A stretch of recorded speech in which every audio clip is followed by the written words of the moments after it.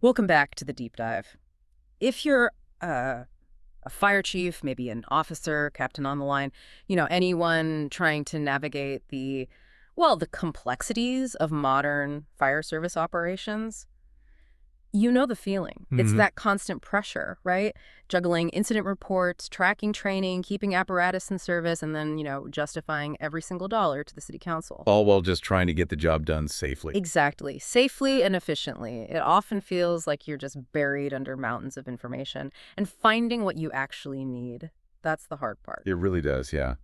The demands are huge, and sometimes, unfortunately, the technology or the processes that are supposed to help, they end up creating more work or Right. leaving these critical gaps. We've spent years working with departments all over, and honestly, we hear the same core frustrations again and again. You're definitely not alone out there. That's precisely what we're diving into today. Based on, years of experience on the ground and working directly with departments just like yours, we want to shine a light on some of the most significant, real world challenges facing fire service leaders and managers right now. Good plan. Our mission for this deep dive is really to help you identify these pain points, these frustrations, and explore how the right approach, the right tools and support can genuinely make a difference, help you cut through the noise, And make better decisions. be a more effective, well-informed decision maker. Okay, so let's unpack this. Let's do it. Let's start with what I hear chiefs talk about constantly, the data dilemma. You've got incident data, inspection data, training data, personnel data, tons of it, Right. right? Mountains. But the constant frustration is I have it all, but I can't use it. You end up wrestling with spreadsheets, exporting these massive Ah, CSVs, spreadsheets. trying to manually cobble together a report just to justify, say, that new engine or prove the value of your fire prevention efforts.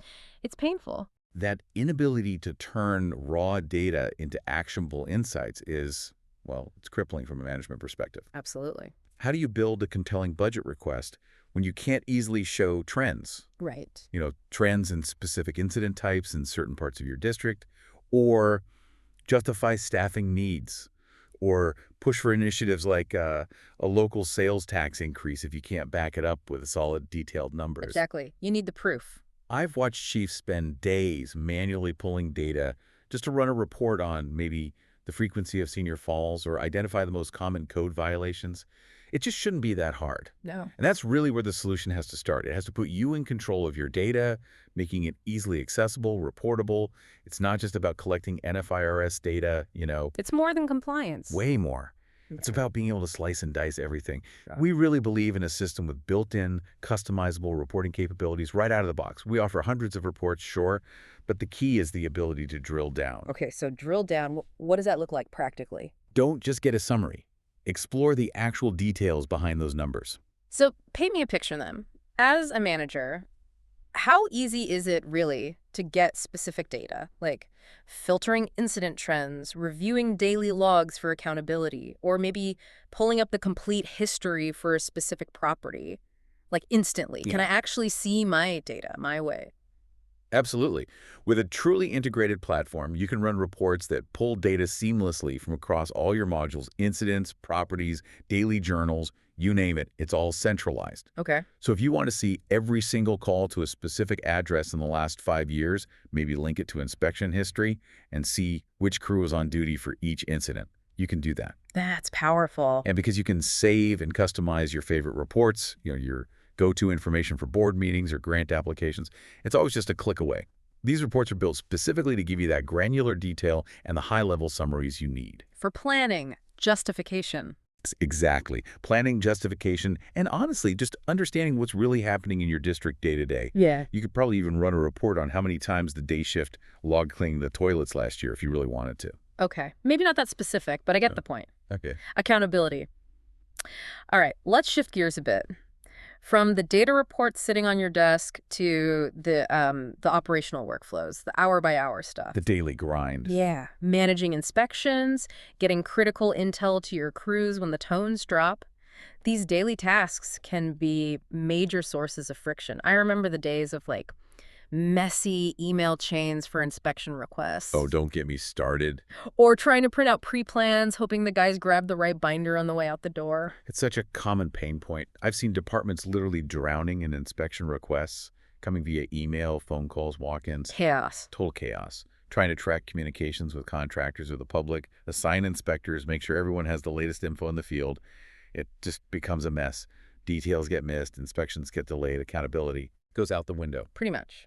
It's inefficient, and frankly, it creates unnecessary risk. So how do you fix that workflow nightmare? Well, this is where having a dedicated communication portal built right into an integrated platform makes a world of difference, specifically for inspections and permits. Okay. Having all interactions tied directly to the property record keeps everything in one transparent place.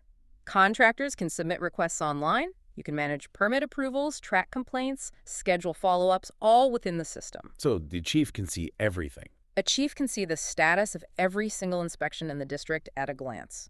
We had one department tell us that just implementing this streamlined process cut their administrative time for fire prevention by 15 hours a week. 15 hours. That's huge. Huge. That's time they can now spend out actually inspecting, not chasing emails and phone calls. Wow. Okay, now flip to the other side of operations, getting information to the responders when it matters most. Yeah. En route, on scene. Critically important. Pre-plans, hazmat details, specific property access info, and, the infuriating problem of your RMS pulling you out of your navigation app just to look something up in the truck. Yes. It breaks concentration, slows things down. So frustrating for the crews. Totally. That's precisely why we developed something we call response mode. It's designed specifically for that field reality, that moment. Okay, response mode. How does it work? So when the CAD system pushes the incident address, response mode pins it immediately. You get secure access to critical links relevant only to that address, pre-plans, maybe toxic substance data, key property contacts, access codes. And it doesn't kick you out of navigation? No, that's the key. It's right there overlaid on your navigation without forcing you to toggle apps or lose your place. It's about giving them the info they need securely and instantly so they can focus on getting there safely and managing the scene. That sounds much better. We also include things like an elapsed incident timer, visible right there, to help with command accountability and tracking on scene. And it's not just incidents. Within the same system, you can pull up property history linked to map data or manage all your hydrant information too. Hydrants. Maintenance flow tests. Yep. Maintenance flow tests, classifications, all linked spatially on the map. Those kinds of real-time tools, yeah, they make a massive difference when seconds count. Okay, shifting focus again. Let's talk managing the physical stuff, the infrastructure. Expensive stuff. The expensive stuff, apparatus, all that equipment, inventory. It's more than just, daily checks on a form. What more? It's accountability, tracking lifespan, budgeting for replacements, knowing what's actually in service. I remember trying to manually track turnout gear issuance. Nightmare. Or figure out the maintenance history on a specific piece of equipment across, different paper logs or binders. A robust system really has to go far beyond simple checklists for this. You need dedicated modules for inventory, for maintenance tracking, work orders. And a key capability here is being able to track apparatus downtime with an actual timer. How long is that engine truly out of service? And then associating costs with specific repairs. The cost tracking. That's gold for budget time. Exactly. It provides invaluable data for justifying maintenance budgets or demonstrating the need for replacement to your governing body, your city council, whoever. Being able to pull up the full repair history on a cardiac monitor or a set of hydraulic tools gives you real data for capital planning, warranty tracking. Makes sense. We actually had a small department. They decided they needed a comprehensive list of all the Knox boxes in their district after a tricky entry on a call. Okay. What started as a simple project quickly showed them they needed a better way to visually document and track all critical pre-incident points on properties, Knox boxes, FDCs, annunciator panels, specific hazards. Not just a list. Right.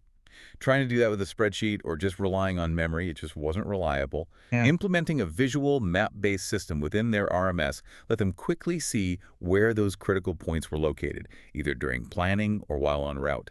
It moved way beyond just checking a box that says the building has one. That visual piece is huge, yeah. And then there's the equally complex task of managing your people, personnel. The most valuable asset. Absolutely. Tracking training hours, certs, ensuring compliance with ISO requirements. This is a massive administrative burden for training officers and command staff. It absolutely is. Yeah. A learning management system, an LMS, that's fully integrated into your RMS is essential here. It needs to be designed specifically to simplify managing things like ISO hours. The bane of many existences. Tell me about it. Features like spillover buckets to correctly handle excess hours across categories, automating the calculation. You should be able to track every certification, hazmat ops, EMT licenses, whatever, link them to required training hours, set expiration dates, even set prerequisites for courses. In tracking completion. Yeah, we use something called a mission board feature. It lets you assign specific training or tasks to individuals or groups and track completion right there. It really boosts accountability. I can see that. And the benefit cuts both ways, right? Managers get clear oversight and easy reporting for compliance audits, personnel development, And the firefighters. and the personnel get visibility into their own training progress and requirements. It drastically reduces the administrative load on everyone. No more chasing people down for certificates or spending days manually auditing training logs before an ISO visit. That alone sounds worth it. Okay, so those operational administrative efficiencies, they're game changers. But for any chief, any city manager looking at new tech, the big underlying concerns are always security and support. Always foundational. How do you ensure sensitive data like patient info in your EPCRs or those property access codes we talked about is truly protected? And, what happens when you hit a snag at 2 a.m.? Who do you actually call? Security isn't just a feature, it has to be the foundation. Our system, for example, incorporates robust security measures like audit logs. They track every single change made, who made it, what they changed, and when. And crucially, Crucially, these logs cannot be deleted or altered, period.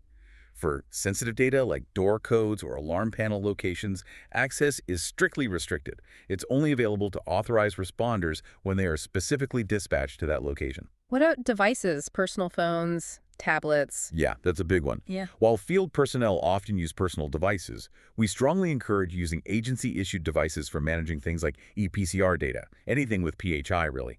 It helps maintain control, avoid discoverability issues, and our platform supports secure access across devices anyway. Okay, and the support side, the 2 a.m. call. Support is paramount. It can't be an afterthought hidden behind layers of automated menus.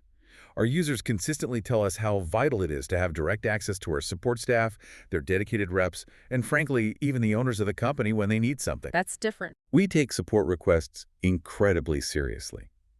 We aim for rapid turnaround times because we understand you can't afford downtime or unanswered questions when you're in the middle of a shift or prepping for a big meeting. Had a chief call late one night, needed a specific report for an early morning press conference. Oh, wow. We were able to get him exactly what he needed within the hour. That's the level of commitment you need. That's what we provide. That connection to the people you're serving, it brings up something important. The fact that your team includes people with actual, boots on the ground fire service experience. Yes, several of us. How does that background actually translate into a better product? For the end user, the guys and gals in the truck, the officers in the station. Oh, it makes all the difference, honestly. Engineers can design brilliant software, right? But if they don't truly understand the reality of using it after a 24-hour shift, Right. maybe using a touchscreen on a tough book in the passenger seat at 3 a.m., it won't be truly intuitive or effective. Practicality matters. It's everything. People with field experience bridge that gap. They understand the practical necessities, like how important it is for the tab key to navigate fields quickly when you're typing a report, maybe with gloves on, or optimizing the UI for smaller screens. Little things that aren't little. Exactly. Yeah. They push back in development meetings, saying, okay, that looks great on a big desktop monitor, but that button, it's too small when I'm trying to use it one-handed in the cab. They ensure the software works the way firefighters and officers actually work. That makes sense. It also means we get the bigger picture. Like, we're willing to work and integrate with other vendors. You might use CAD systems, billing companies, even if they're technically competitors. Why? Because we know what truly benefits the fire department is a system that works seamlessly together. It's about solving your problem, not just selling our piece. So bringing it all together then, what we've unpacked today are some of these core real-world challenges fire departments face. From that fundamental frustration of inaccessible data, the inability to easily justify needs, through the daily grind of inefficient operations like inspections and getting real-time info to crews, right up to the administrative burdens of managing apparatus, equipment, personnel training. All big hurdles. And we've explored how having an integrated system, one that prioritizes your data ownership, streamlines workflows, provides robust management tools, and crucially, is backed by responsive support from a team that genuinely understands the job, how that can provide tangible solutions. Exactly. At the end of the day, the right technology isn't just another tool. It's a strategic asset for command staff, for managers. It saves critical time, saves money, reduces risk through better tracking and accountability, Improves efficiency. improves efficiency across the board, and most importantly, provides the clear, actionable data and insights you need for effective leadership, for planning, and for successfully justifying the vital resources your department needs to protect your community. Well said. If what we've discussed today resonates with the challenges you're facing in your station or department, and you'd like to see exactly how the EPR Fireworks platform can be tailored to solve your specific problems, we invite you to schedule a personal, one-on-one demo. It's conversation, Rick. Exactly. We're confident that you'll gain valuable insights into your own department's operations from our professional experience, regardless of what you decide in the end. Please visit us at eprfireworks.com to schedule a conversation at a time that is convenient for you. There's no obligation, only solutions. And maybe just think about this until next time. How much the job has changed, right? Even in the last 10 or 15 years, we've moved from paper notebooks and clipboards to ruggedized laptops and tablets in the truck. Huge shift. It's a constant evolution. Well, it's an arms race of technology and data. So the question for every fire service leader now is, are the tools you're using helping you stay ahead of that curve, or are they, well, holding you back? Something to consider.